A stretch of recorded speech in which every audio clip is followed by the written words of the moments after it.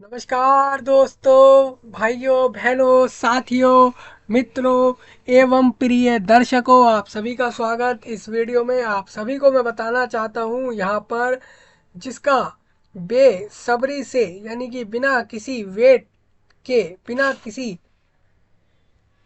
कारण, वो लोग जो वेट कर रहे थे बीपीएससी के टीचर के रिक्रूटमेंट की, जो कि सेकंड फेज की थी, जो कि अभी तक नहीं आई थी, वो अब आ चुकी है। आपको बता दूं, बिहार पब्लिक सर्विस कमीशन यानी कि आपके बिहार राज्य के जितने भी गवर्नमेंट स्कूल हैं उनके अंदर सेकंड फेज का रिक्रूटमेंट जो टीचर के लिए हो रहा है स्कूल्स के अंदर, वो अभी तक देखने को नहीं मिल रहा था। हमें बोला गया था कि हमें 3 नवंबर से फॉर्म दिए जाएंगे। आपने 3 नवंबर को भी फॉर्म नहीं दिए, आपने 1-2 दिन डिले कर दिया। लेकिन असल में हुआ ऐसा है कि गवर्नमेंट ऑफ बिहार ने बीपीएससी अपने कमीशन के द्वारा आपका यहाँ पर नोटिफिकेशन अब फाइनली दे दिया है और साथ में फॉर्म की प्रक्रिया भी शुरू करा दी गई है। यानी कि आप सभी लोग अब फॉर्म अप्लाई कर सकेंगे अपने 6 से लेके 12 क्लास को पढ़ाने के लिए स्कूल्स में बिहार में। तो उसी के बारे में ये पूरा वीडियो रहेगा, आप ध्यान से देखिएगा। इस पूरे वीडियो को आपको बताऊंगा मैं इसमें क्या क्या जानकारियाँ इस बार आई हैं, जो कि बिहार में टीचर यानी शिक्षक भर्ती हो रही है 6 से 12 क्लास के लिए स्कूल्स में, सरकारी स्कूलों में हो रही है सारी रिक्रूटमेंट। और कम से कम आपको बताऊंगा 70,000 के लगभग लोगों को रिक्रूट करा जा रहा है। आप समझिए 70,000 लोगों को रोजगार मिल जाएगा, काम मिल जाएगा, टीचर की जॉब मिल जाएगी स्कूल्स के अंदर बिहार में। काफ़ी बड़ी बात है। और इसमें एक चीज़ और ये भी है कि ये जॉब भले ही बिहार राज्य में हो, बिहार के स्कूल्स में हो, लेकिन इसमें ऑल इंडिया कैंडिडेट को एलिजिबल रखा है। यानी कि इसमें पूरे देश भर से लोगों से फॉर्म भरवाए जाएंगे, पूरे देश भर से लोगों को रिक्रूट करके इस जॉब पर दिया जाएगा। मतलब कि अगर आप इसमें अगर उत्तराखंड के होंगे, हरियाणा के होंगे, मेघालय मणिपुर के होंगे, तेलंगाना के होंगे, असम, त्रिपुरा और तमिलनाडु जैसी जगहों के भी होंगे, तो भी आप फॉर्म भर सकेंगे। मतलब आपका बिहार का होना जरूरी नहीं होगा, आप अगर दूसरे जगह के भी हैं तो भी आप फॉर्म भर सकते हैं भारत राज्य में। सारी बातें ध्यान से सुनिएगा। भारत में अगर आप बिहार में नहीं रहते लेकिन आप दूसरे किसी जगह पर रहते हैं, चाहे बिहार के अलावा कोई सी भी जगह हो सकती है भारत में, तो आप इसमें तब भी फॉर्म भर सकेंगे और बिहार के लोग भी फॉर्म भर सकेंगे। तो काफ़ी एक अच्छी खुशखबरी सामने आई है हमारे सामने यहाँ पर बिहार की तरफ से। आप सभी लोगों के लिए बहुत ही बड़ी रिक्रूटमेंट आ चुकी है, जो कि आनी भी थी। ये पहले ही डिसाइड था कि आपका सेकेंड फेज आएगा और जो कि अब आ चुका है। और समय काफ़ी एक लिमिटेड दिया गया है। और इसमें आपको बताना चाहूँगा, प्रेस करके जो बीपीएससी के हेड हैं उन्होंने ये चीज़ बोली भी है कि अब इसमें एक्सटेंड नहीं होगी डेट। मतलब कि ये जो डेट दे रहे हैं यही फाइनल है। मतलब आप समझिए, अगर कुछ लोग ऐसा भी सोचते हैं कि हमें जो पहले फॉर्म के डेट दिए जाते हैं डेफिनेटली वो एक्सटेंड होती है, तो यहाँ पर एक्सटेंड नहीं होगी। ये पहले से ही उन्होंने प्रेस करके ये चीज़ बता दी है। चलिए डिस्कस कर लेते हैं सारी जानकारियाँ। सबसे पहले आपको बता दूं, बीपीएससी का ये ऑफिशियल वेबसाइट है। हम यहाँ पर क्या क्या जानेंगे, हम जानेंगे फॉर्म के डेट्स, जानेंगे कैसे अप्लाई करना है उसके इंस्ट्रक्शन को जानेंगे। फॉर्म भरवाने की वीडियो अलग रहेगी आपकी जो इसके बाद आएगी। एडवर्टाइजमेंट नोटिफिकेशन को पूरा अच्छे से समझेंगे, क्या सिलेबस है इस बार सेकंड ईयर में, यानी कि आपका टीआरई यानी कि टीचर रिक्रूटमेंट एग्जाम जो हो रहा है उसके सेकंड फेज में जो आपकी भर्तियां हो रही हैं लोगों की, ये फ्रेश रहेंगी दोस्तों। ऐसा नहीं है कि जिन्होंने पहले वाले फेज में फॉर्म भरा हो वही लोग भरेंगे, फ्रेश है बिल्कुल। मतलब आप लोग सब नए नए कैंडिडेट फॉर्म भर सकते हैं। वो लोग भी जो फर्स्ट फेज में अपीयर हुए, उनको वहाँ से जॉब नहीं मिल पाई, तो वो इसमें भी फॉर्म भर सकते हैं। आपको बता दूं कि फर्स्ट फेज में आपकी वहाँ पर भी जॉब जो थी वो पीआरटी के अलावा भी बाकी क्लासेस की भी थी। आपने देखा होगा जब हमने उसके बारे में डिस्कस किया था, तो वो सिर्फ सिर्फ आपकी फर्स्ट टू फिफ्थ क्लास की नहीं थी, और भी क्लासों की थी। इसी वजह से आपको कह रहा हूँ कि आपको वहाँ जॉब ना मिली हो तो आप दोबारा, मतलब आप इस वाले रिक्रूटमेंट में शामिल होकर भी इस जॉब को ले सकते हैं। तो उनके लिए तो काफ़ी अच्छा चांस रहेगा कि जिनको उसमें जॉब नहीं मिली तो यहाँ ले लें। ठीक है। और दूसरा, ये जॉब जो होगी ये 6 से 8 को पढ़ाने के लिए होगी स्कूल्स के अंदर। जो भी सब्जेक्ट होते हैं, सोशल साइंस होता है, साइंस होता है, मैथ्स होता है, हिंदी इंग्लिश संस्कृत होता है, और इसके अलावा आपके अलग से जब आप जैसे कि 10th के बाद यही जो आपके साइंस और सोशल साइंस जैसे सब्जेक्ट होते हैं, ये सिविक्स और पॉलिटिकल साइंस, ज्योग्राफी, हिस्ट्री जैसे में डिवाइड हो जाते हैं। आप जानते होंगे कि इनको और अलग अलग सब्जेक्ट बना दिया जाता है। मतलब कि जहाँ पे आप 9th 10th या फिर 8th क्लास तक अपने साइंस सब्जेक्ट के अंदर बायोलॉजी, केमिस्ट्री, फिजिक्स देख रहे होते हैं, वहीं पे आप अपने 11वीं में आके उसको अलग अलग देख रहे होते हैं। मतलब कि आप साइंस के नाम से नहीं जानते, फिर आप फिजिक्स को अपना अलग जानते हैं, बायोलॉजी को अलग, केमिस्ट्री को अलग, क्योंकि फिर वो सिलेबस जो है हायर लेवल का हो जाता है और वास्ट भी हो जाता है इस वजह से। तो तो टीचरों के लिए भी भाई ये काफ़ी ज़्यादा ज़रूरी हो जाता है, क्योंकि टीचरों के लिए सबसे पहले स्टूडेंट को पढ़ाने के लिए पहले टीचर को जानना ज़रूरी है उस टॉपिक को, देन वो पढ़ा पाएगा स्कूल्स के अंदर। तो यही आपकी इंपॉर्टेंट टॉपिक है, इस वजह से आपको बता दूं आपके सिलेबस में भी आप जिस सब्जेक्ट पे भी अप्लाई करेंगे आपको वो सारा सिलेबस उसी लेवल का देखने को मिलेगा। बाकी जानकारी हमारे को मैं आपको बताऊं, एलिजिबिलिटी रहेगी, क्वालिफिकेशन होगी, एज होगी, क्या सैलरी दे रहे हैं आपको किस सब्जेक्ट पर वो बताई जाएगी। ये गवर्नमेंट देगी आपको, बिहार की सरकार देगी ये सैलरी। दूसरा, इसके अलावा कि इसमें आपका फॉर्म का फीस क्या है और बाकी जो भी जानकारियाँ होंगी सिलेक्शन प्रोसेस से रिलेटेड मैंने आपको बताया, यहाँ एग्ज़ाम होगा। दूसरा, ये सारी जानकारी जो भी होंगी ये सारी आपको बताई जाएंगी इस वीडियो में। आप सारा कुछ ध्यान से समझ लेना एक ही वीडियो में। दोस्तों एक ही वीडियो में सारा कुछ डिस्कस हो जाएगा, अलग से आपको कहीं कुछ अलग से कोई दूसरा इसमें अलग से कोई वीडियो नहीं आएगा, इसी में आपका सारा डिस्कस हो जाएगा। हाँ, लेकिन फॉर्म फिलअप आपको कराया जाएगा इसके अलावा, तो उसका आप ध्यान रखना। देखिए यहाँ पर आपको बता दूं, वैकेंसीज आपकी बताऊंगा मैं डिस्ट्रिक्ट वाइज कि किस ज़िले में। सपोज मानिए यहाँ पर दरभंगा में और पटना और दूसरे अलग अलग ज़िलों के अंदर क्या यहाँ पर वैकेंसियाँ हैं वो हम डिस्कस करेंगे अलग अलग क्लास के हिसाब से, यानी कि 6 से 8 को पढ़ाने के लिए टीचरों के लिए किस ज़िले में किस कैटेगरी में क्या वैकेंसी है वो डिस्कस होगी। फिर उसके बाद 9 से 10 के लिए होगी और उसके अलावा 11-12 के लिए भी होगी। यानी अगर जो लोग पीआरटी के लिए सोच रहे हैं तो भाई पीआरटी के लिए आपको कहना चाहूँगा आप या तो हरियाणा टेट अप्लाई कर दीजिए, हरियाणा टेट में ऑल इंडिया अप्लाई कर देते हैं फॉर्म, और दूसरा सी टेट अप्लाई कर दीजिए क्योंकि अभी उनके फॉर्म ओपन है और बाकियों के भी पता नहीं है कब आ रहे हैं कब नहीं आ रहे दूसरे राज्यों में। के टेट का भी फॉर्म आ रखा है भाई, के टेट के फॉर्म भर दीजिए जिसको भरने हो। के टेट आपका जैसे कि हरियाणा के लिए एच टेट होता है, वैसे के टेट होता है केरला के लिए, आप वहाँ उसका अलग फॉर्म है, वो अलग जाके भरिए, उसमें भी अभी चालू है फॉर्म, प्रोसेस चल रहे हैं। मतलब वो लोग जो दूसरे राज्य में रह रहे हैं उनको किसी भी हाल में जॉब चाहिए स्पेशली टीचर के फील्ड में, तो वो लोग ये वाले फॉर्म भर सकते हैं। और ये सारे के सारे गवर्नमेंट जॉब है दोस्तों, इसमें कोई भी प्राइवेट नहीं है बिल्कुल भी। जैसे होता है ना कि आप प्राइवेट स्कूल में अप्लाई करते हैं, तो ये इनमें कोई भी प्राइवेट नहीं है, सारे गवर्नमेंट स्कूल हैं, यानी कि ये सारे स्टेट गवर्नमेंट के स्कूल हैं। और सी टेट के बाद आप जो है सेंट्रल गवर्नमेंट के लिए अप्लाई कर पाएंगे, क्योंकि केवीएस का भी अभी दिसंबर या जनवरी में शायद उसका नोटिफिकेशन आएगा, उसको आपको बताएंगे। उसके बाद यहाँ पर केवीएस के अलावा ईएमआरएस का तो फॉर्म हो चुका है, उसका पहले आया था, आपको बताया था, तभी मैं कहता हूँ भाई इसमें अपडेट रहिए। ये एक लिमिटेड टाइम दिया जाता है, उसके बाद फिर ये डेट निकल जाते हैं। जैसे आप देखें तो ये उन्होंने जो पहले टीयर में रिक्रूटमेंट कराई थी उसमें आप देख सकते हैं 9th 10th और 11th 12th की भी सब्जेक्ट की हुई थी रिक्रूटमेंट। अब बहुत से सब्जेक्ट ऐसे होंगे जो आपने देखे होंगे 9th 10th और 11th 12th में जिनको जॉब ना मिल पाई हो किसी सब्जेक्ट में, तो वो दूसरे सब्जेक्ट में टीयर सेकंड वाले जो सब्जेक्ट हैं उसमें, यानी टीयर में इसलिए बोल रहा हूँ क्योंकि सेकंड फेज है दोस्तों ये, इसमें आप अप्लाई कर सकते हैं और इसमें भी इसमें जॉब ले सकते हैं जिनको उसमें नहीं मिली हो।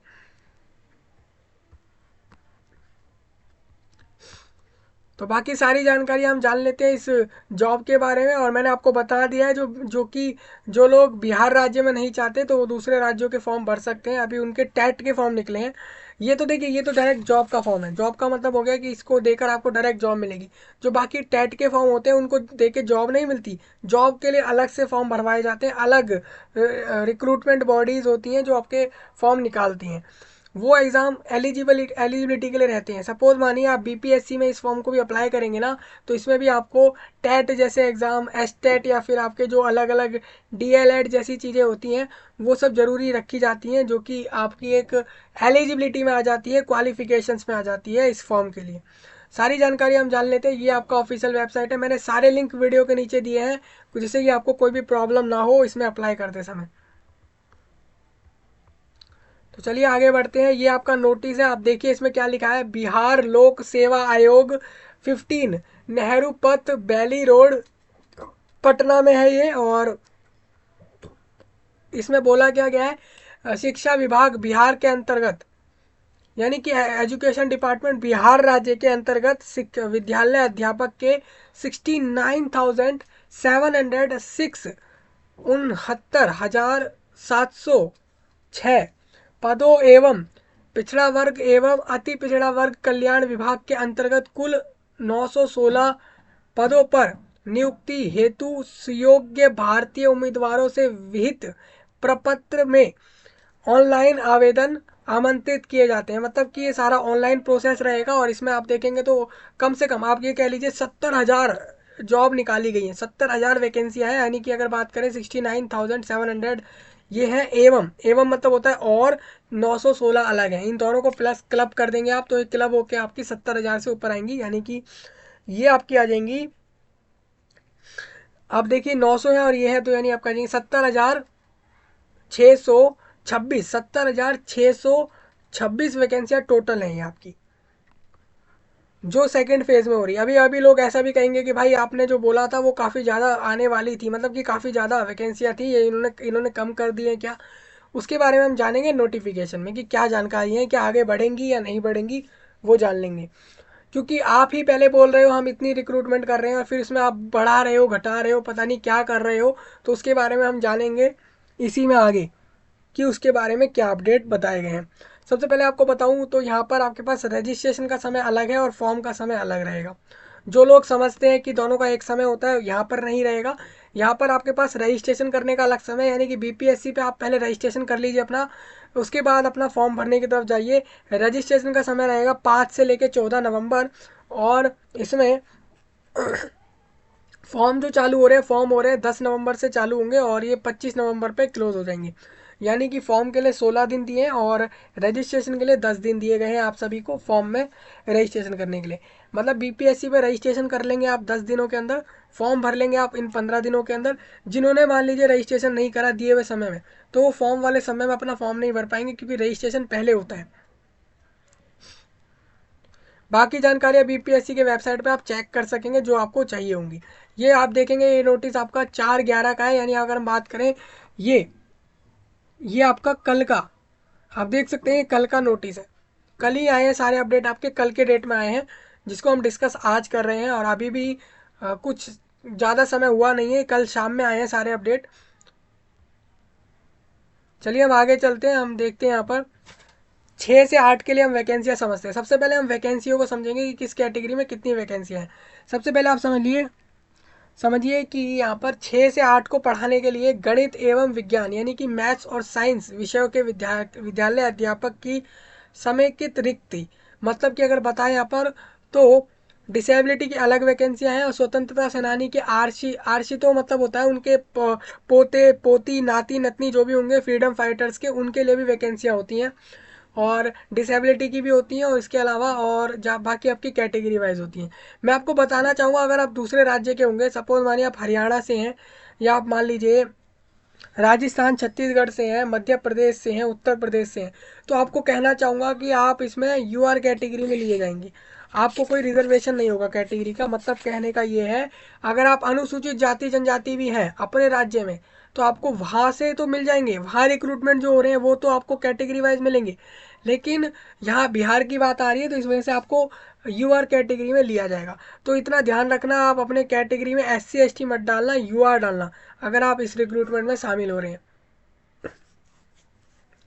बात कर लेते हैं यहाँ पे अररिया डिस्ट्रिक्ट है, अररिया ज़िले का नाम है, ये अररिया बिहार के अंदर जगह है और इसमें अगर बात करें तो टोटल 40 वैकेंसी यूआर से रहेंगी, यानी और 40 वैकेंसी यूआर के फीमेल से रहेंगी। ये सेपरेट है दोस्तों, यानी 40 यूआर में अलग है और यूआर में ही 40 फीमेल की अलग है। बात करें अररिया की, अररिया ज़िले की बात हो रही है, ईडब्ल्यूएस में भी 10-10 है, ईडब्ल्यूएस दोनों में मेल फीमेल में। बीसी के लिए बैकवर्ड कास्ट में 12-12 वैकेंसी है मेल और फीमेल में। ईबीसी और उसके बाद ईबीसी फीमेल में। इकोनॉमिकली बैकवर्ड कास्ट जो आपकी हैं वो 18-18 वैकेंसी है। अनुसूचित जाति की 16-16 वैकेंसियाँ हैं फीमेल में भी और दूसरा मेल कैंडिडेट के लिए भी। तो अनुसूचित जाति जनजाति की भी है, WBC की भी है। तो टोटल 200 वैकेंसियाँ अररिया, यानी अररिया की बात करें तो अररिया ज़िले में जो स्कूल आपके हैं सरकारी स्कूल, तो उधर आपके 200 लोगों को जॉब मिल जाएगी, जो कि 6 से 8 को पढ़ाने के लिए मैथ्स और साइंस के सब्जेक्ट में मिल जाएगी। अब इन 200 वैकेंसी में आपके डिसेबिलिटी की 8 वैकेंसियाँ आ रही हैं और 4 आपकी फ्रीडम फाइटर्स के आपके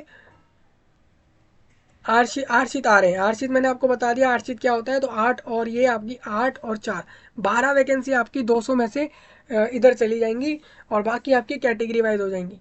तो टोटल 200 लोगों को जॉब मिल जाएगी अररिया में 6 से 8 को पढ़ाने के लिए साइंस और मैथ्स में। और बात करें अरवल की बात कर ले, अरवल में 62 वैकेंसियाँ हैं। औरंगाबाद में 583 यानी कि 583 यानी कि 583 वैकेंसियाँ वहाँ पर रहेंगी। आप कैटेगरी वाइज यहाँ से देख लेना। ये सब्जेक्ट की बता रहा हूँ मैं, ये ऑल ओवर नहीं बता रहा मैं, 6 से 8 में मैथ्स और साइंस की बता रहा हूँ। ऐसे ही हम दूसरे सब्जेक्ट का डिस्कस करेंगे और दूसरे क्लासेस का भी डिस्कस करेंगे। बात करें हम यहाँ पे बोंग का एक जगह है, उसके बाद बेगूसराय भी जगह है, भागलपुर है, भागलपुर में यहाँ पे 440 वैकेंसियाँ रखी गई हैं भागलपुर में। और भोजपुर में 260 वैकेंसियाँ हैं।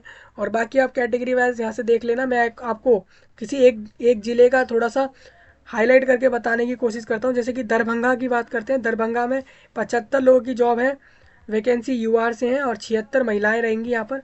76 ये अलग है दोस्तों, 76 अलग है, 75 अलग है। इसको आप क्लब मत कर देना कि यूआर में आप, जैसे हम दूसरे रिक्रूटमेंट में देखते हैं कि यूआर में जो वैकेंसी होती है उसमें से महिलाओं को डिवाइड अलग दिया जाता है, लेकिन यहाँ पर यूआर में मेल की अलग फीमेल की अलग है। फिर इस तरीके से ईडब्ल्यूएस में रहेंगी तो आप देखेंगे तो 378 वैकेंसी टोटल दरभंगा ज़िले के अंदर मिल जाएंगी लोगों को। तो जो लोग इस ज़िले के लिए एम कर रहे हैं कि हमें इस ज़िले में जॉब मिले, क्योंकि इस ज़िले में उन्होंने देखा है कि स्कूल काफ़ी अच्छे अच्छे हैं, काफ़ी अच्छी फैसिलिटीज़ हैं। लोगों ने इस तरीके से भी सोचते हैं लोग कि फैसिलिटीज़ के बेस पर अप्लाई करेंगे, हमें वहाँ की जॉब चाहिए। लोग लोग कुछ लोग ये नहीं करते कि यार हमें रिक्रूटमेंट में शामिल होना है, कहीं पे भी जॉब मिले बिहार में, हमें कोई इससे वो नहीं है। लोग ऐसा भी करते हैं भाई हमारे पास पड़े वहाँ पर हम जाएं क्योंकि हमें रोज़ जाना होगा स्कूल में पढ़ाने के लिए। तो लोग इस तरीके से भी सोचते हैं। तो सबकी थिंकिंग अलग होती है। अगर कोई दरभंगा में एम कर रहे हैं तो आप यहाँ पर देख लेना, आपके लिए वैकेंसी काफ़ी अच्छी वो नंबर्स में है, यानी कि काफ़ी चांस होंगे यहाँ पे आपके जॉब के। जहाँ कम नंबर ऑफ वैकेंसी होती है वहाँ चांस कम हो जाते हैं, क्योंकि वहाँ कंपटीशन बढ़ जाता है। पूर्वी पूर्वी चंपारण में आप देख सकते हैं, पूर्वी चंपारण में 400 लोगों की है। गया और गोपालगंज और जमुई और जहानाबाद, कैमूर, कटिहार और खगड़िया, किशनगंज, लखी लखीस लखीसराय और माघेपुरा, मधुबनी और मुंगेर जैसी जगह है। मुंगेर की बात करें तो मुंगेर में 248 वैकेंसियां हैं। 795 वैकेंसी जो है वो मुजफ्फरपुर में है। नालंदा में भी है, नालंदा में 319 है। तो कैटेगरी वाइज आप यहाँ से समझ लेंगे। मैं समझता हूँ, जब मैं 2-4 चीज़ें बता रहा हूँ तो बाकी कैंडिडेट यहाँ से समझ सकते हैं। तो टोटल वैकेंसी की बात करते हैं यहाँ पर 6 से 8 में मैथ्स और साइंस की कितनी वैकेंसी है भाई, तो टोटल यहाँ पर रहेंगी 11,458 लोगों को यहाँ से जॉब मिल जाएगी। देखिए काफ़ी बड़ा रिक्रूटमेंट है दोस्तों, और ये करना आसान बात नहीं होता, क्योंकि बहुत सारे प्रोसेस होते हैं, एग्ज़ाम कराने होते हैं सेंटर्स पे, बहुत ज़्यादा जो है होता है प्रोसेस इसका। तो देख सकते हैं ये इतनी वैकेंसी आपकी रहेंगी मैथ्स और साइंस में 6 से 8 को।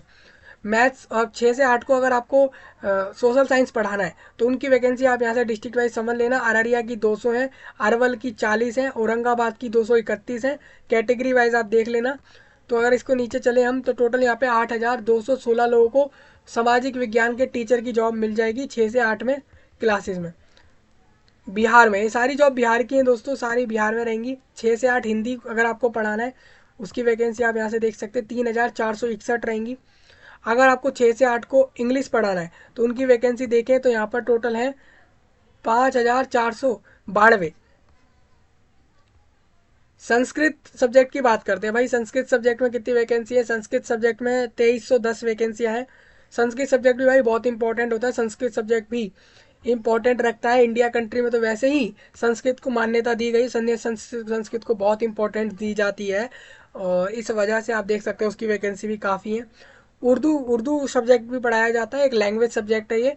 उसमें आप देख सकते हैं इसमें 1945 लोगों को ले लिया जाएगा। ये सारे 6 से 8 के लिए थे दोस्तों। अब बात करते हैं 9 से 10 के लिए हिंदी विषय का कोटिवार। अब हिंदी में आप जो, अब मैं आपको बताना चाहता हूँ, अगर आप हिंदी सब्जेक्ट पढ़ाना चाहते हैं 9th और 10th क्लास को, तो पटना के अंदर आपकी कितनी वैकेंसी है? पटना के अंदर यूआर में 58 है और 15 आर्थिक रूप से कमजोर वर्ग की रहेंगी, ये कोटी है। और उसके बाद आप देखेंगे महिलाओं के, ये फीमेल की अलग है, मतलब इसमें आप देखेंगे तो कैटेगरी के अलग, अलग अलग कैटेगरी में महिलाओं की अलग रहेंगी और पुरुषों की अलग रहेंगी। या फिर महिलाओं के अलावा जो भी आपका थर्ड जेंडर है या नहीं है, मैं आपको आगे बताने वाला हूँ थर्ड जेंडर की जॉब है या नहीं है। तो यहाँ से आप देख सकते हैं कि टोटल पटना में 149 वैकेंसियाँ टोटल हैं इसके अंदर,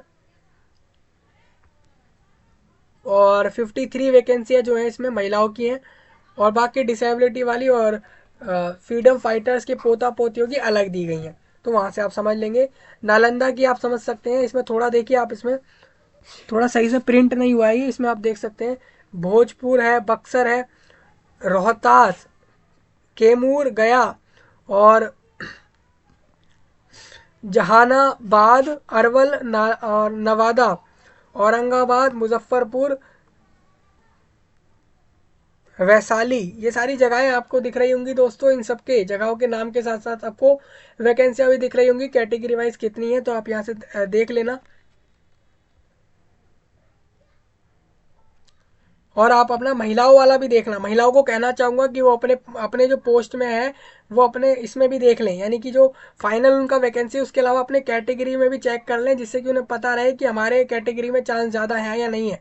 सपोज मानिए अब एक ज़िले से दो आसपास के ज़िलों में भी आप ले सकते हैं जॉब, कुछ ऐसा है नहीं। क्योंकि आप समझिए ना कि अगर मान लीजिए पटना में आपको दिख रहा है कम वैकेंसी है, तो पटना के पास वाले ज़िलों में भी आप ले सकते हैं। इतना तो अप डाउन कोई भी कर सकता है अपने इस जॉब के लिए।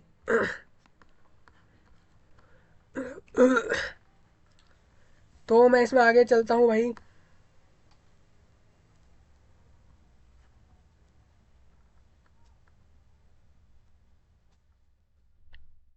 टोटल वैकेंसी कितनी है भाई हिंदी सब्जेक्ट में 9 और 10 क्लास के लिए? 3423 है ये वैकेंसी। इसी में से महिलाओं की इतनी रहेंगी, आप ये समझ लेना। 9-10 में आपका इंग्लिश सब्जेक्ट के लिए कितनी वैकेंसी है, तो इंग्लिश सब्जेक्ट के लिए आप कैटेगरी वाइज समझ लेना और डिस्ट्रिक्ट वाइज किस जिले में कितनी है वो आप समझ लेना। इंग्लिश में भी अगर बात करें तो 3465 वैकेंसी है। जिले की बात करें तो आपके बिहार के अंदर कितने जिला है? बिहार के अंदर अभी 38 जिले हैं भाई। 38 जिले हैं टोटल बिहार में, और इस टोटल इतने जिलों के अंदर ये जॉब रहने वाली है।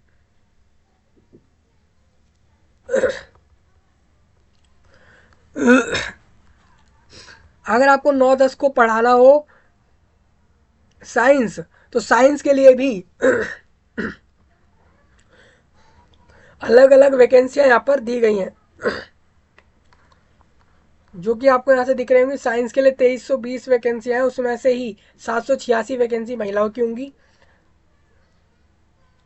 मैथ्स, अगर किसी को मैथ्स पढ़ाना हो 9वीं 10वीं को, तो आप अपनी वैकेंसी यहाँ से चेक कर लेना। 2206 वैकेंसी हैं आपकी। सोशल साइंस की वैकेंसी यहाँ पर 1922 है। संस्कृत की कितनी है भाई? संस्कृत की 1853 वैकेंसियाँ हैं। ये देखिए मैं यहाँ से बता रहा हूँ आपको ये चीज़, ये देखिए यहाँ से लिखा हुआ है टोटल। तो टोटल आप देख लेंगे यहाँ से। और इसमें और कौन सा सब्जेक्ट है? उर्दू भी है, अरबी अरबी भी है भाई यहाँ पे। अरबी सब्जेक्ट भी पढ़ाया जाएगा 9वीं 10वीं में, उसके लिए भी आप देख लेंगे। उसके लिए कम वैकेंसी होंगी शायद, सिर्फ 15 वैकेंसी हैं। अरबी लिखा है ये, अरबी अरबी सब्जेक्ट की है।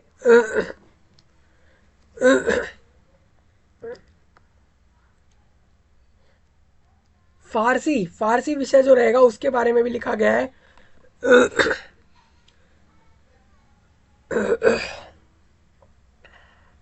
बांग्ला बांग्ला विषय है रहेगा, सब्जेक्ट रहेगा, ये बंगाली सब्जेक्ट है, उसके लिए लिखा गया है।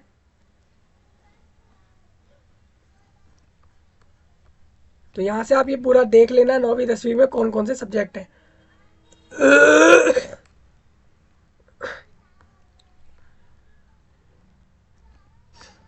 अब देखिए ये सारे सब्जेक्ट आपके 9th 10th के अलग अलग हो गए और उनकी वैकेंसियाँ मैंने आपको सारी क्लियर कर दी है, किस सब्जेक्ट में और किस जगह पर कितनी है। अब 9वीं 10वीं में ही आपका एक और है यहाँ पर, ये क्या है, सीपी विषय, सीपी सब्जेक्ट है क्या है। तो इसके अंदर कितनी वैकेंसी है भाई, इसके अंदर आपकी टोटल 6 वैकेंसियाँ हैं। तो आप यहाँ से इसको भी समझ लेना, ये 9th 10th के सब्जेक्ट होंगे। 9th 10th तक 9वीं और 10वीं को अध्यापक हेतु पूर्ण दृष्टि बाधित ब्लाइंडनेस विषय का कोटिवार। देखिए ब्लाइंडनेस सब्जेक्ट का, ये देखिए ब्लाइंडनेस सब्जेक्ट के लिए रहेगा, उसके लिए आप देख सकते हैं क्योंकि स्कूल में ये सब भी पढ़ाया जाता है, हियरिंग इम्पेयरमेंट, ये सब्जेक्ट है दोस्तों, ये सब भी पढ़ाए जाते हैं उन लोगों को खासकर। अब इसका मतलब ये नहीं होता है कि वही लोग अप्लाई करते हैं जो इन फील्ड में आते हैं, असल में सभी अप्लाई कर सकते हैं, लेकिन ये जो सब्जेक्ट स्पेसिफिक होता है जैसे कि हियरिंग इम्पेयरमेंट, तो ये एक सब्जेक्ट रहता है जिस ये लोगों को बताया जाता है, जो लोग इन चीज़ों में एबल नहीं होते उनको इस चीज़ से रिलेटेड पढ़ाया जाता है। तो टोटल आप यहाँ से देख लेंगे, लॉ विजन विषय है दोस्तों, उसकी वैकेंसियाँ हैं टोटल, आप इससे भी यहाँ से समझ लेना। अब मैं चलता हूँ 11-12 की तरफ। 11-12 में कौन कौन से सब्जेक्ट है भाई इसमें रिक्रूटमेंट हो रही है।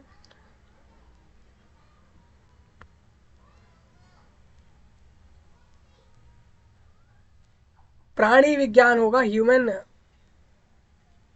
प्राणी विज्ञान यानी कि ह्यूमन साइंस हो जाता है। हाँ, तो इसके लिए अगर हम बात करें तो इसमें कितनी है, इसमें आप देख सकते हैं जंतु विज्ञान है यहाँ पर। जंतु विज्ञान के अंदर आपकी टोटल वैकेंसी जो है वो 400 है।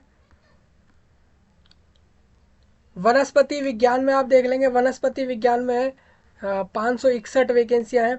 रसायन यानी कि केमिस्ट्री में 1857 लोगों को जॉब दी जाएगी।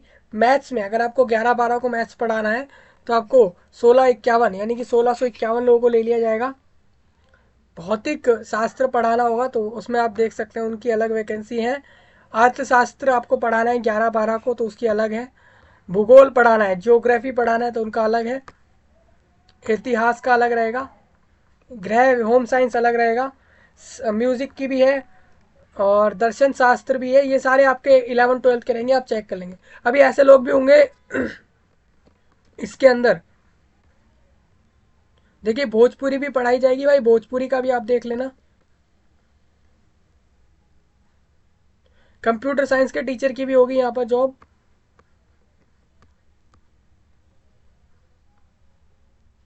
हिंदी का भी रहेगा 11-12 में।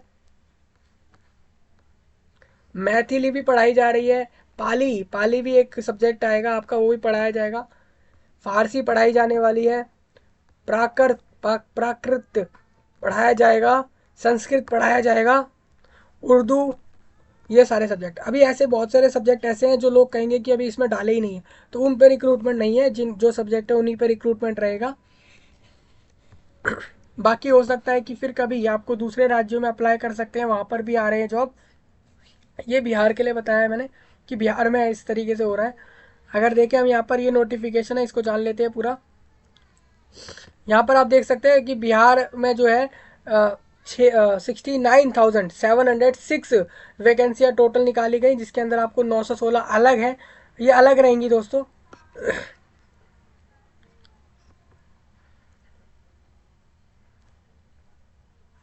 अब हम बात करते हैं यहाँ पर 6 से 8 को अगर आपको पढ़ाना है विद्यालय में, तो उनकी टोटल 6 से 8 में 31,000 यानी कि 31,982 वैकेंसी टोटल है, जिसके अंदर आपकी सारे सब्जेक्ट को मिला लें तो यूआर कैटेगरी की 6,267 वैकेंसियाँ हैं। उसके बाद आर्थिक रूप से कमजोर यानी ईडब्ल्यूएस के लिए 1,634 हैं और अत्यंत पिछड़ा वर्ग के लिए 2,805 है। पिछड़ा वर्ग के लिए 1,865 है और बाकी आप यहाँ से समझ लेंगे। तो हम देख रहे थे कि 6 से 8 में इन्होंने इतनी वैकेंसी निकाली है, यानी कि 32,000 के लगभग वैकेंसी 6 से 8 के लिए निकाल दी। और उसमें भी 16,000 के लगभग तो इन्होंने कुल पद दे दिए। महिलाओं के लिए इन्होंने अलग से दिए, महिलाओं के इसमें आपके देख सकते हैं महिलाओं को, अब देखिए महिलाओं को डायरेक्ट 15,842 महिलाओं को जॉब दे दी जा रही है, और बाकी पुरुषों को 16,140 पुरुषों को जॉब दे रहे हैं यहाँ पर। तो आप इसको क्लब कर लेना, यानी 16,000 और 15,000 ये हो जाएंगे 31,000, और ये मिलाकर महिला वाले और ये वाले मिलाकर टोटल आपका फाइनल वैकेंसी 31,982 आ जाएगा। अब इनका सैलरी की बात करते हैं भाई। यह आपको 28,000 रुपये हर महीने मिलेगा, एवं अनुमान्य भत्ते जो आपको अलग से फ़ायदे मिलते हैं, भत्ते मिलते हैं, वो मिल जाएंगे। 28,000 ये हर महीने मिलेगा। स्थायी एवं नई पेंशन योजना के नियम अनुसार अनुमान्य अनुमान्य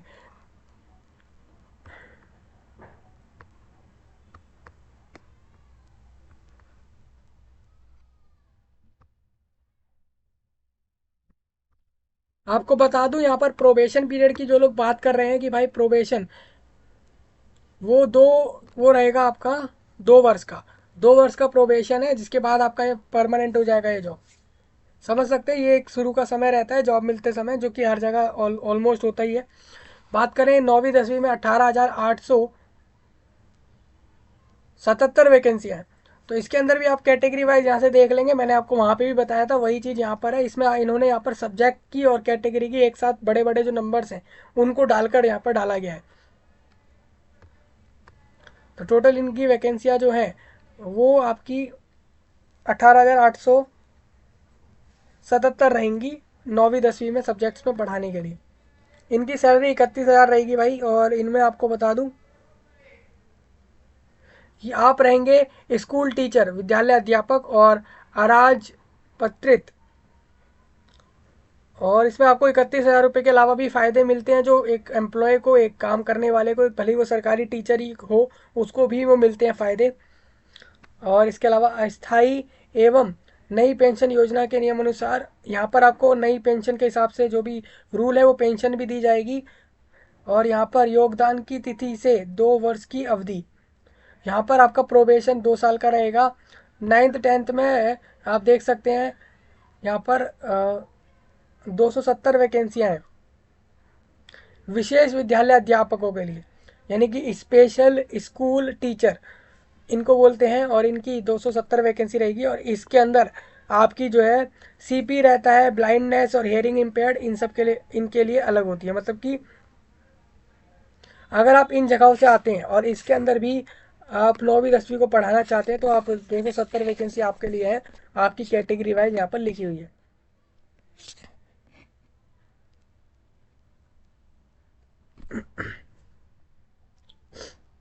स्पेशल विद्यालय अध्यापक होते हैं ये, और उसके लिए भी आप यहाँ से देख लेंगे। इनकी सैलरी 31,000 वही सेम है जो पहले दे रहे थे। और 11-12 को यहाँ पर बता दूँ, इनकी वैकेंसी यहाँ पर लिखी हुई है।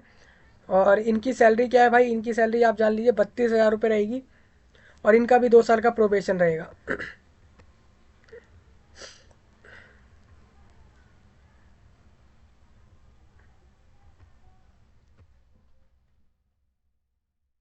देखिए यहाँ पर लिखा है आपका भारत का नागरिक होना जरूरी है, और विद्यालय अध्यापक के पद पर, तो आप समझ रहे होंगे कि आपका इंडियन होना जरूरी रहेगा। जैसा अगर बात करें मध्य विद्यालय के अध्यापकों के लिए C.TET पेपर 2 अथवा B.TET पेपर 2 पास होना जरूरी होगा। मतलब जो लोग 6 से 8 को पढ़ाने वाले हैं उनको बता दूं, उनका C.TET पेपर 2 क्वालिफाई होना चाहिए, B.TET पेपर 2 क्वालिफाई होना चाहिए, कोई भी एक होना चाहिए, दोनों नहीं बोल रहा। दूसरा, माध्यमिक विद्यालय के अध्यापकों विशेष विद्यालय के अध्यापकों के लिए S.TET पेपर 1, मतलब जो लोग माध्यमिक विद्यालय के अध्यापक विशेष, यानी कि आपका अगर 9th 10th को जो पढ़ाने वाले हैं वो S.TET पेपर 1 पास करके आने चाहिए। एवं उच्च माध्यमिक विद्यालय के अध्यापक, यानी कि अगर आप 9वीं 11वीं 12वीं को पढ़ाने वाले हैं तो आप S.TET पेपर 2 में पास होने जरूरी है। परंतु तो यही रहेगा। अभी कुछ लोग कह रहे हैं भाई बीएड का बताइए, बीएड का पीआरटी के लिए, तो भाई यहाँ पे बीएड पीआरटी का कोई काम ही नहीं है जब पीआरटी का रिक्रूटमेंट ही नहीं हो रहा। यहाँ पर तो सिर्फ बीएड एलिजिबल रखा गया है, लेकिन वो 5 से ऊपर वालों का रहेगा। मतलब आप समझिए कि बीएड का क्या होता है भाई, बीएड के बाद पहले आप टेट वेट एग्जाम देते हैं, उसके बाद ही तो इसमें आएंगे ना आप रिक्रूटमेंट में।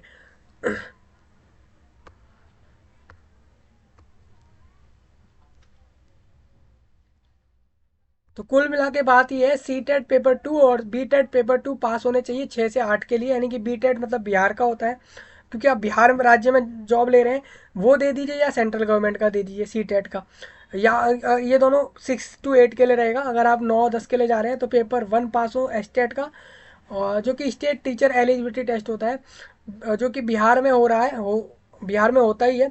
उसके अलावा आपका एस टेट पेपर 2 पास होना चाहिए 11-12 के लिए। इसके अलावा कोई कंडीशन लागू नहीं हो रही। अगर आप सोच रहे हैं कोई और चीज़ें सोच रहे हैं, एस एच टेट सोच रहे हैं, के टेट सोच रहे हैं, ओ टेट सोच रहे हैं, झारखंड का टेट सोच रहे हैं, उड़ीसा का सोच रहे हैं, तो वो यहाँ पर नहीं रहेंगे, क्योंकि वो स्टेट तक ही रहते हैं।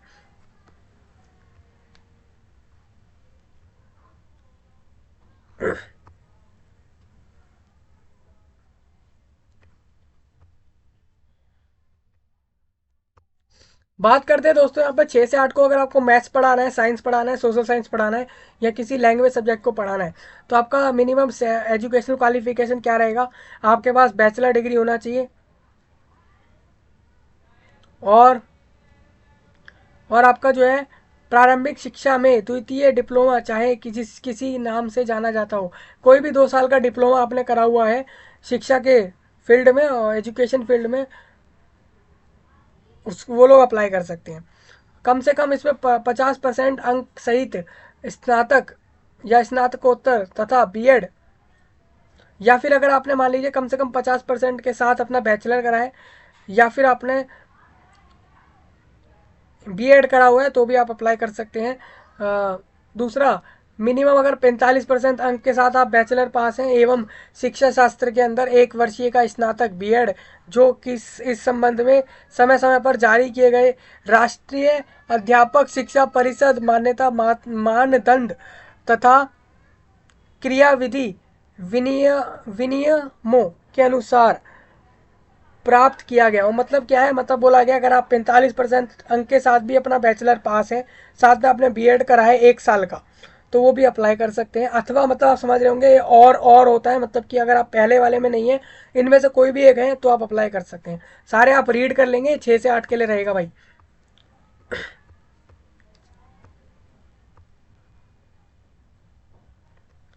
आर सी आई द्वारा मान्यता प्राप्त पाठ्यक्रम मान्य होगा। तो आप समझ गए होंगे, मैंने आपको बता दिया, आप बैचलर पास के साथ बीएड पास होने जरूरी है, या तो आप डिप्लोमा पास होने जरूरी है। डीएलएड बीएड वाले लोग पास होने जरूरी है अपनी क्वालिफिकेशन वाइज। साथ में ये अपने अलग से इन्होंने एग्जाम दिए होंगे टेट वाले, तो वो लोग अपना अप्लाई कर पाएंगे। 9th-10th के लिए बात करते हैं। 9th-10th में बोला गया आपका आपका बैचलर पास होना जरूरी है उस सब्जेक्ट में। जैसे सपोज मानिए आप साइंस सब्जेक्ट के लिए अप्लाई कर रहे हैं 9th-10th के लिए पढ़ाने के लिए, तो आपका साइंस सब्जेक्ट, आपने जो भी ग्रेजुएशन करा हो उसमें आपका साइंस सब्जेक्ट जरूर होना चाहिए, और उसमें आपका 50% मार्क्स कम से कम होना चाहिए, और आप उसमें पास होने चाहिए। और इसके अलावा राष्ट्रीय अध्यापक शिक्षा परिषद यानी कि NCTE से मान्यता प्राप्त संस्थान से कि शिक्षा में आपने स्नातक यानी कि आपने बीएड का भी करा हुआ हो, ये दोनों वाले अप्लाई करेंगे 9th-10th पे। बाकी आप यहाँ से रीड कर लेना। 9th-10th में आप अगर विद्यालय अध्यापक के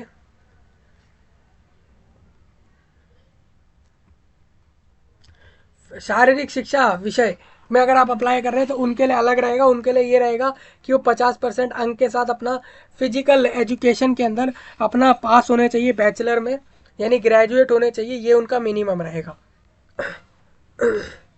उनके लिए कोई बीएड जैसा ऐसा कुछ भी नहीं होता है, जैसा आप यहाँ देख रहे हैं। अगर आपको संगीत सब्जेक्ट में पढ़ाना है तो आपका बैचलर पास होना जरूरी है 50% के साथ, किसी भी यूनिवर्सिटी इंस्टीट्यूट से इंडिया के अंदर जो कि रिकॉग्नाइज्ड हो, और उसमें आप अपना संगीत सब्जेक्ट में अपना ग्रेजुएट होने चाहिए।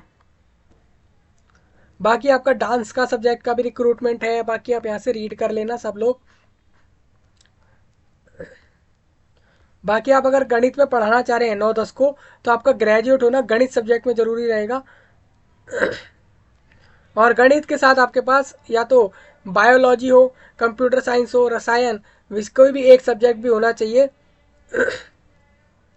कोई भी 2 सब्जेक्ट में आपका आपका जो है पढ़ा हुआ हो, या फिर आपने इंजीनियरिंग करी हुई हो ग्रेजुएशन में, मतलब कहा जा रहा है अगर आपने ग्रेजुएट है आप मैथ्स सब्जेक्ट के साथ है, अगर मान लीजिए बीएससी मैथ्स है आप, या फिर बीटेक मैथ्स है, या फिर बीटेक है, बीटेक कंप्यूटर साइंस में है, तो ये लोग अप्लाई कर सकते हैं। मतलब ये ग्रेजुएट तो होंगे ही, साथ में इस सब्जेक्ट में होने ज़रूरी है, और इनके 50% या जो भी अंक होते हैं वो होने ज़रूरी है।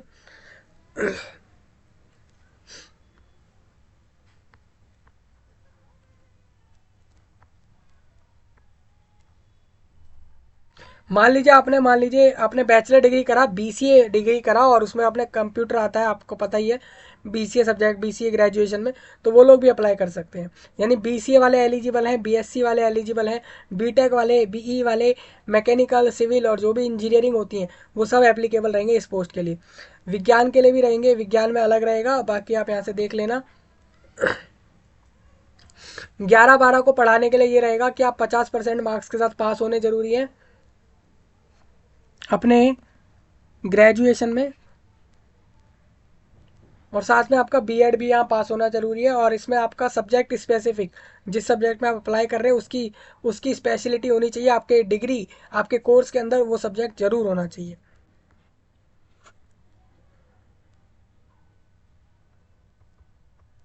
आपको बताना चाहता हूँ मैं यहाँ पर subjects eight post graduate level.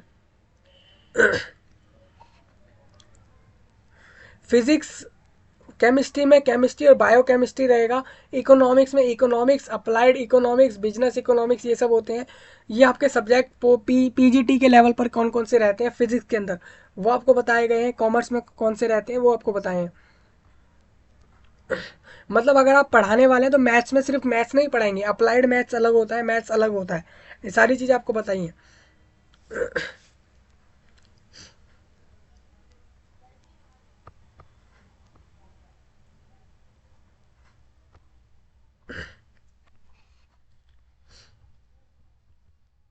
अब देखिए, जो 6 से 8 में 234 वैकेंसियां हैं पिछड़े वर्ग के लिए और अति पिछड़े वर्ग के लिए, जो हमने वहाँ पे भी समझी थी वैकेंसी टेबल में, उनकी सैलरी यहाँ पर दी है।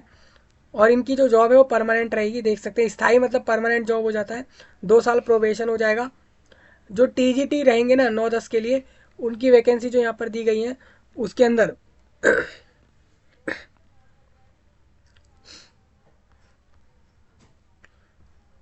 देखिए वही सारा टेबल है जो मैंने आपको वहाँ डिस्कस किया था, वही सारी जानकारी यहाँ पे दी गई है।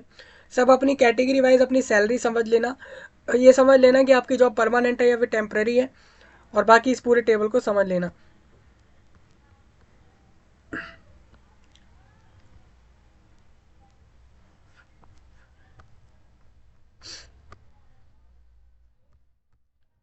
तो यहाँ से आप सभी लोग इस चीज़ को समझ लेना, और इसके बाद हम चलें थोड़ा आगे। एज की बात करते हैं, अभी तक एज की बात नहीं हुई ना यहाँ पे। एज की बात करें तो एज आपका रहेगा 1 अगस्त 2023 में आपकी जो एज होगी वही ली जाएगी सभी पदों पर। और इसमें आपको बता दूं, आपको 18 से लेकर 18 मिनिमम होना जरूरी है भाई हर पोस्ट के लिए।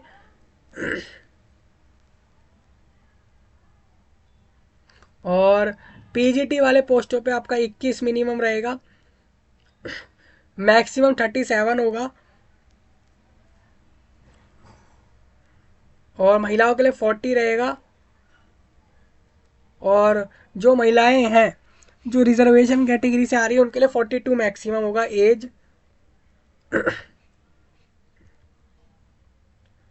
बाकी आप यहाँ से सारे एज समझ लेना। मैं आपको बता दूँ टीजीटी पीजीटी में भी अलग अलग एज क्राइटेरिया है, आप ये मत समझना कि सबके लिए एक ही एज है।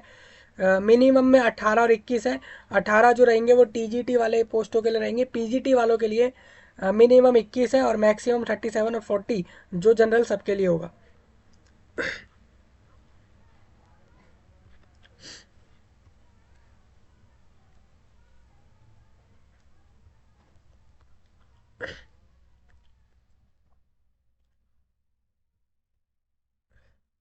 अब बात करते हैं भाई सिलेक्शन, यहाँ पर एग्ज़ाम लेकर होगा आपका इस जॉब पर।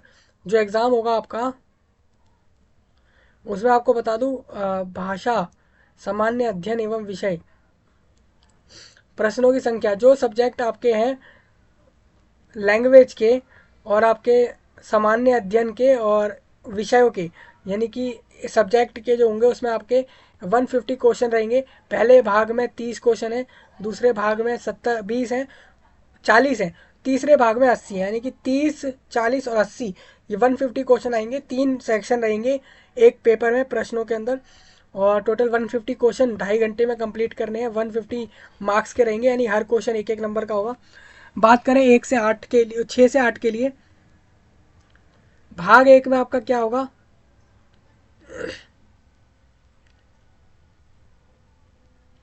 इसमें आपको देखिए, इसमें आपका क्या होगा, इसमें आपका लैंग्वेज पेपर होगा, और इसमें आपका 30 नंबर में से आपको 10% यानी कि 30%, इसमें आपको 9 नंबर कम से कम लाने होंगे इसको पास करने के लिए।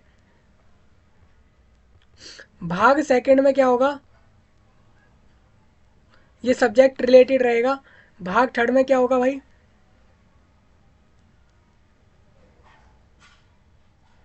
आपको गणित एवं विज्ञान चुनना है या फिर सामाजिक विज्ञान, कोई एक चीज़ इनमें से चूज़ करनी है जिसमें आप अप्लाई कर रहे हैं और उसको आप चुनेंगे। ये 6 to 8 में आपका ये रहेगा।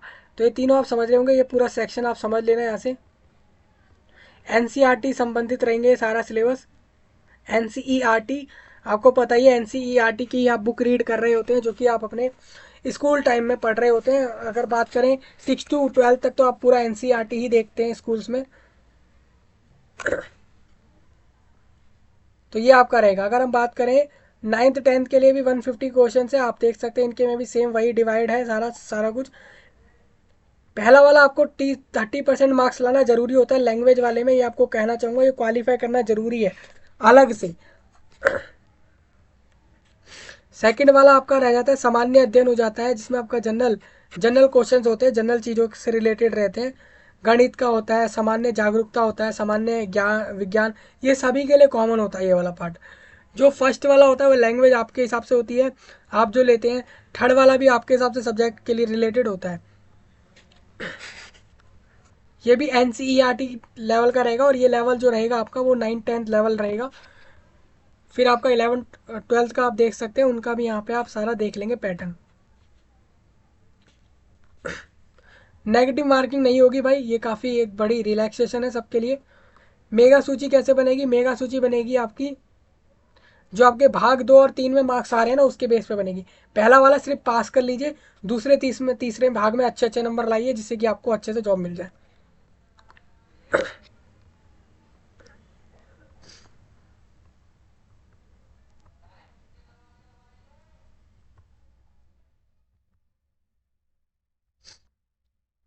ये कुछ पॉइंट है, आप रीड कर लेना। मैं बता दूं, भाग 2 और 3 क्वालिफाइंग नहीं है, लेकिन आपको उन्हीं के बेस पर यहाँ पर रिक्रूटमेंट मिलेगी, तो एक तरीके से वो ज़्यादा इंपॉर्टेंट है। भाग 1 तो आप अगर 15-20 नंबर भी ले आते हैं तब भी आप एक अच्छे स्कोर में आ जाएंगे, जो कि 30 नंबर का रहेगा वो।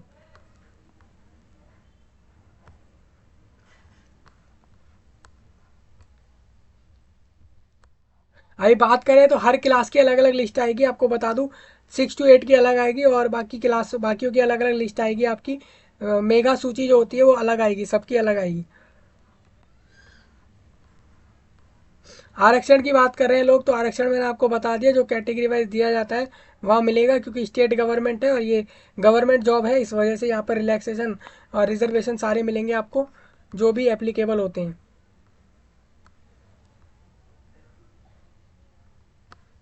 ये कुछ पॉइंट है कैसे अप्लाई करना है, कौन कौन सी चीज़ें यूज़ करनी है। एनओसी यूज़ कर लेना, जो लोग अभी कहीं ना कहीं जॉब कर रहे हो एनओसी लगा देना अपने फॉर्म में, और हाल का खींचा हुआ 2 फोटो अपलोड करना। ये सारी जानकारी, ये सारी चीज़ें आपको परीक्षा केंद्र पर ले जानी होंगी जहाँ आप अपना एग्ज़ाम देने जाएंगे, एडमिट कार्ड के साथ ले जानी है। शुल्क की बात करें तो 200 रुपये पे होंगे यहाँ से आपके इस फॉर्म पर।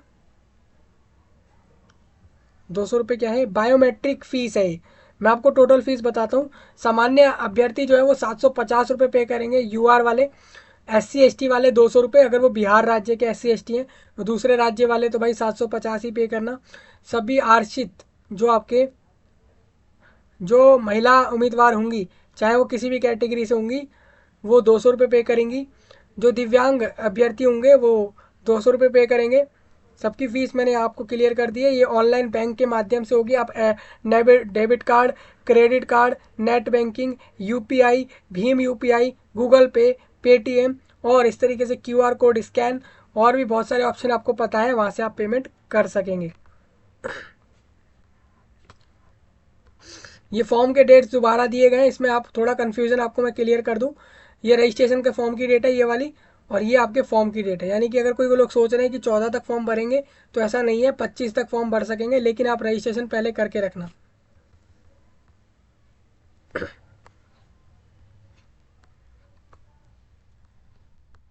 डॉक्यूमेंट्स में फ़ोटो चाहिए, साइन चाहिए, मार्कशीट चाहिए, और इसके अलावा आपके कैटेगरी सर्टिफिकेट चाहिए होगा जब आप फॉर्म में अपलोड करेंगे। ये सारी चीज़ें आपकी चाहिए होंगी कॉमन सी। ये कुछ इंपॉर्टेंट इंस्ट्रक्शन जो रीड करना चाहे कर सकते हैं। सिलेबस की बात करें दोस्तों, मैंने आपको जैसा बताया, जो टॉपिक है वही सिलेबस होगा। सिलेबस मैं आपको प्रोवाइड करा दूंगा कुछ दिनों में, जैसे ही आ जाएगा आपको वो प्रोवाइडेड रहेगा। सिलेबस बात करें लेवल की, जो कि पीजीटी लेवल की रिक्रूटमेंट है, उनका सिलेबस उस लेवल का ही होगा। मतलब कि जो पोस्ट जिस लेवल की हैं उनका सिलेबस का लेवल भी वहीं तक रहेगा। पैटर्न आपको बता दिया, बाकी सारी चीज़ें कवर हो चुकी हैं। कुछ भी डाउट रहा हो कमेंट करके बताना, इस नोटिफिकेशन में ना समझ आया हो। चलते हैं हम आगे। ये अप्लाई करने के कुछ कॉमन से इंस्ट्रक्शन है कि आपको कैसे अप्लाई करने जाना है, वो जानकारियाँ दी गई हैं। पहले रजिस्ट्रेशन होगा। रजिस्ट्रेशन में आप देख सकते हैं, रजिस्ट्रेशन में आपका क्या क्या होगा। रजिस्ट्रेशन में आप अपना मोबाइल नंबर आप और ईमेल आईडी से अपना रजिस्ट्रेशन कर सकते हैं। उसके बाद वहाँ से आप अपना एक पासवर्ड बना लेंगे, अपना एक यूज़र नेम आपका बन जाएगा वहाँ से। फिर आप लॉगिन कर देंगे और आप अपना फॉर्म भरने की तरफ बढ़ेंगे। फिर आप अपना फॉर्म वॉर्म भर देंगे, पेमेंट कर देंगे। पेमेंट ऑनलाइन में आपको बता ही दिया कैसे होने वाली है। फॉर्म सबमिट कर देंगे सारी जानकारियाँ देकर और अप्लाई कर देंगे, और फिर फॉर्म को डाउनलोड कर लेना। अभी एक और डाउट रहता है सबका कि जैसे मेरे को 6 to 8 में भी अप्लाई करना है, और 9, 10th और 11, 12 तीनों पे अप्लाई करना है, तो मैं क्या तीनों पे अप्लाई कर सकता हूँ? आप भाई कर सकते हैं, जितने पर भी आप सेपरेटली फॉर्म का फीस पे करेंगे सब पे। एक पोस्ट का सेम आपको सेम पैसा जो मैंने आपको बताया वही लगेगा। अगर आप ज़्यादा पे करते हैं तो उनका पैसा अलग अलग होगा। जैसे अब हम चलते हैं यहाँ पर, ये आप रजिस्ट्रेशन कर रहे होंगे, यहाँ पे आप देख सकते हैं अपना नाम और middle name, last name, father का नाम और हस्बैंड का नेम। ये कॉमन नहीं है, जिनका होगा वही, जो विवाहित महिलाएं होंगी वही डालेंगी। Mother name, select ID type डाल देंगे। यहाँ पे क्या दे रहे हैं आप, आधार कार्ड, पैन कार्ड या फिर ड्राइविंग लाइसेंस, कोई भी एक चीज़ होना जरूरी रहेगा। मैं समझता हूँ कि अगर आप ग्रेजुएट है तो आपके पास आधार कार्ड तो अभी तक होगा ही, पैन कार्ड होगा, नहीं तो ड्राइविंग लाइसेंस जैसी चीज़ तो होगी ही। बाकी आप यहाँ पे उसका नंबर डाल देंगे। अपलोड आइडेंटिटी, मतलब जो भी आप इस पर से दे रहे हैं इन तीनों में से कोई भी चीज़, वो डॉक्यूमेंट का यहाँ पे अपलोड करेंगे। यहाँ पर आप बताएंगे सिटीजन ऑफ इंडिया है या नहीं। मैंने जैसे नो करा तो यू आर नॉट, तो then you are not eligible. देख सकते हैं आप, सिर्फ भारत के लोग अप्लाई करेंगे, इसलिए इसको येस करना जरूरी हो जाता है। बिहार के लोग अगर आप नहीं भी होंगे तो आप फॉर्म भर सकेंगे, लेकिन आप बिहार के लोग हैं तो भी सही है। तो आपको बाकी जानकारियाँ देनी होंगी, मैंने नो कर दिया। तो ये सारी जानकारियाँ हैं। ये अभी आपका रजिस्ट्रेशन हो रहा है सिंपल सा।